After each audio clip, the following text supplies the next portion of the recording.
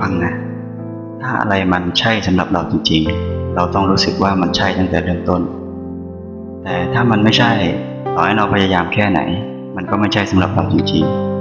ๆจงฟังเสียงของหัวใจตัวเองให้เยอะๆและเชื่อในความรู้สึกของตัวเองบ้างมันคิดทบทวนความรู้สึกตัวเองเสมออย่าให้ความลุ่มหลงมาหลอกเรา